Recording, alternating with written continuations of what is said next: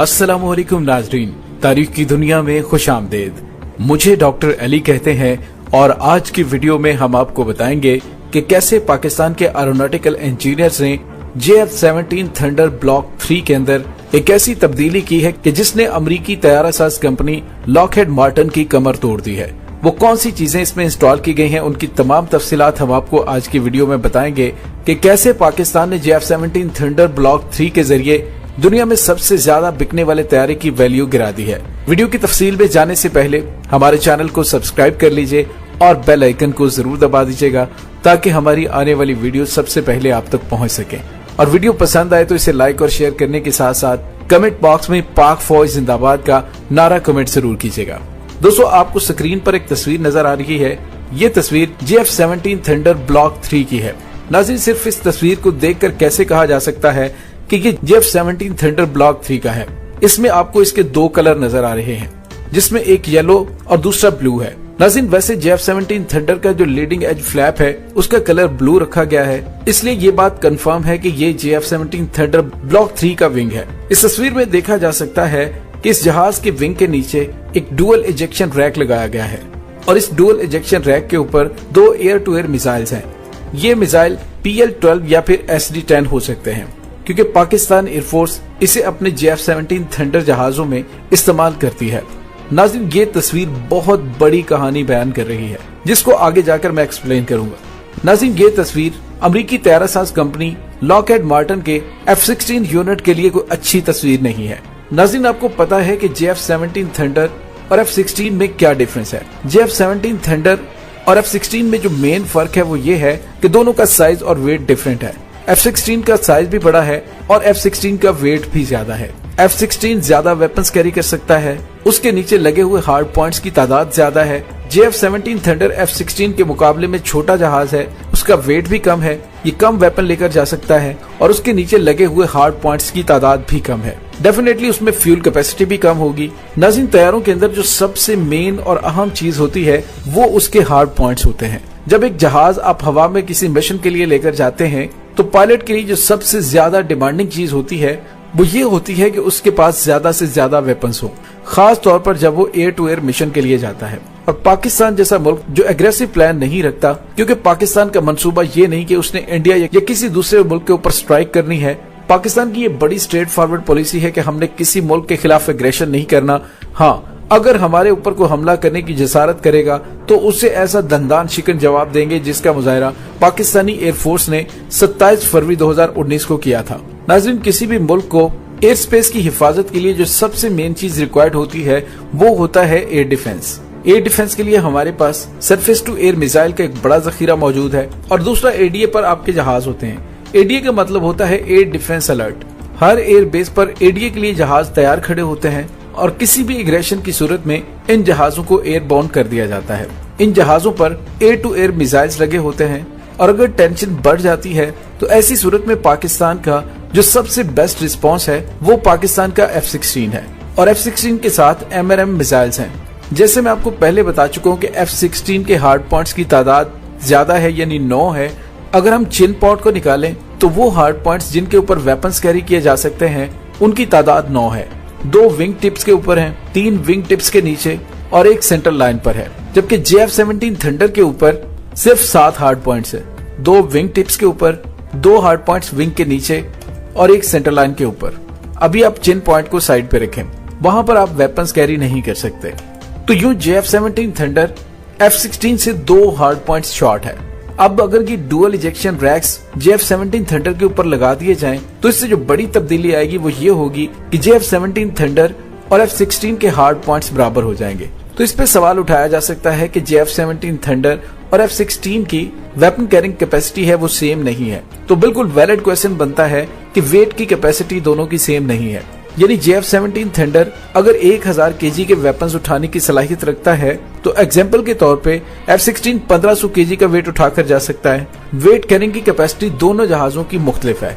F-16 की ज्यादा है जबकि JF-17 थंडर की कम है। लेकिन अगर ये dual ejection racks JF-17 thunder में लग जाते हैं तो एयर टू एयर वेपन उठाने की कैपेसिटी दोनों जहाजों की सेम हो जाएगी। यानी F-16 भी 6 air to air missile carry कर सकता है और इस रैक को लगाने के बाद JF-17 थंडर भी 6 air to air missile carry कर सकता है। तो दोस्तों इसलिए ये बुरी खबर है F-16 के लिए। नो डाउट कि पाकिस्तान के पास भी F-16 तैयारों का एक जंगी बेड़ा मौजूद है, लेकिन पूरी दुनिया के अंदर इस वक्त 5000 जंगी तैयारे लॉकहेड मार्टिन ने F-16 के भेजे हुए हैं। अब अगर दीगर ममालिक को उससे इंतहाई कम प्राइस में सेम वेपन कैरी करने वाला जहाज मिल जाता है तो फिर डेफिनेटली वो पाकिस्तान का इंतखाब करेंगे। लेकिन यहाँ पे एक बड़ा और अहम सवाल भी है, वो ये है कि नंबर ऑफ मिसाइल्स ही सब कुछ नहीं होता। रडार और मिसाइल का जो कॉम्बिनेशन है वो सबसे ज्यादा इम्पोर्टेंट चीज होती है। अगर ये दोनों चीजें आपस में अच्छी तरह से सिंक हो चुकी हैं और इनका एक अच्छा कॉम्बिनेशन बना लिया जाए तो फिर ये एक इंतहाई कमाल का जहाज बन जाता है। और दोस्तों अब JF-17 थंडर के अंदर इन डुअल इजेक्शन रैक्स के लग जाने के बाद F-16 की और JF-17 थंडर ब्लॉक 3 की मिसाइल कैरी करने की सलाहियत बिल्कुल इक्वल हो जाती है और इसी वजह से ये F-16 के लिए कोई अच्छी खबर नहीं है। लेकिन दोस्तों इसका मतलब ये भी नहीं कि पाकिस्तान अपने F-16 को जल्दी रिटायर्ड कर देगा। पाकिस्तान एयरफोर्स ने अपने F-16 अभी रिसेंटली अपग्रेड करवाए हैं। पाकिस्तान ने 18 ब्लॉक 52 के F-16 जहाज नए परचेज किए हैं और इस तरह F-16 तैयारों की पाकिस्तानी एयरफोर्स में लाइफ 25 से 30 साल मजीद है। आने वाले दिनों में आप कह सकते हैं कि JF-17 थंडर का ब्लॉक 3 वो F-16 के प्राइमरी रोल को अडॉप्ट करेगा। और F-16 का प्राइमरी रोल क्या है कि F-16 पाकिस्तान का प्राइमरी एयर डिफेंस फाइटर है।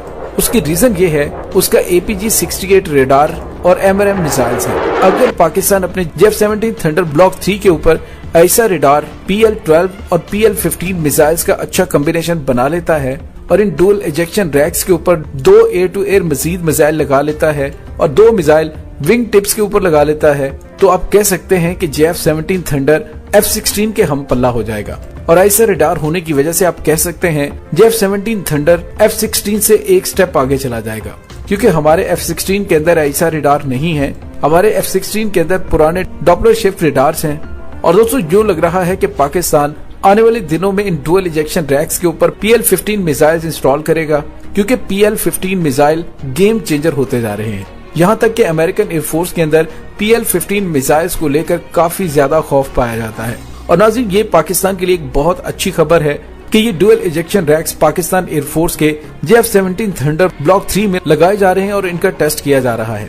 इससे पाकिस्तान अपने JF-17 थंडर से एक ही वक्त में कई काम ले सकता है। डेफिनेटली ज्यादा मिसाइल्स कैरी करेगा तो ज्यादा टारगेट को एंगेज करेगा। तो ये एक बहुत अच्छी खबर है पाकिस्तानी एयरफोर्स के हवाले से और बुरी खबर है ये लॉकहेड मार्टिन के लिए।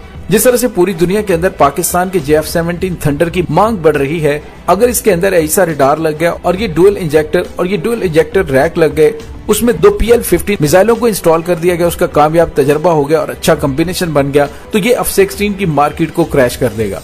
दोस्तों वैसे तो ये डुअल इंजेक्टर रैक पाकिस्तान के JF-17 थंडर ब्लॉक 2 पर पहले ही लगाए जा चुके हैं, जो कि एयर टू सरफेस मिसाइल के लिए इस्तेमाल हो रहे हैं।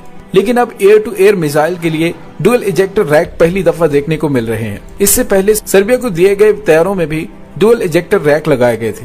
दोस्तों इस बात की तस्दीक हो चुकी है, JF-17 थंडर ब्लॉक 3 पर PL-15 मिसाइल इंस्टॉल किए जा रहे हैं। दोस्तों इस बात की तस्दीक भी हो चुकी है कि JF-17 थंडर ब्लॉक 3 पर air to air mission configuration में 4 medium to long range air to air missiles, 2 wing tip पर short range PL-10E high off bore और 3 ड्रॉप टैंक्स कैरी किए जा सकते हैं, जबकि चिन माउंटेड पार्ट इसके अलावा है।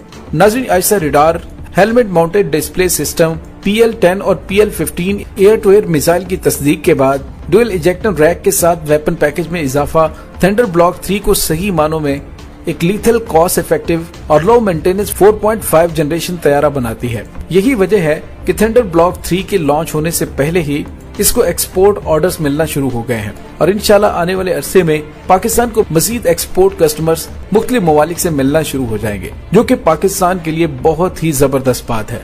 नाज़रीन कैसी लगी आपको हमारी आज की वीडियो? कमेंट सेक्शन में अपने ख्यालात का इजहार जरूर कीजिएगा और हमारे चैनल को सब्सक्राइब करना मत भूलिएगा और साथ ही बेल आइकन को जरूर दबा दीजिए ताकि हमारी आने वाली वीडियोस सबसे पहले आप तक पहुंच सके।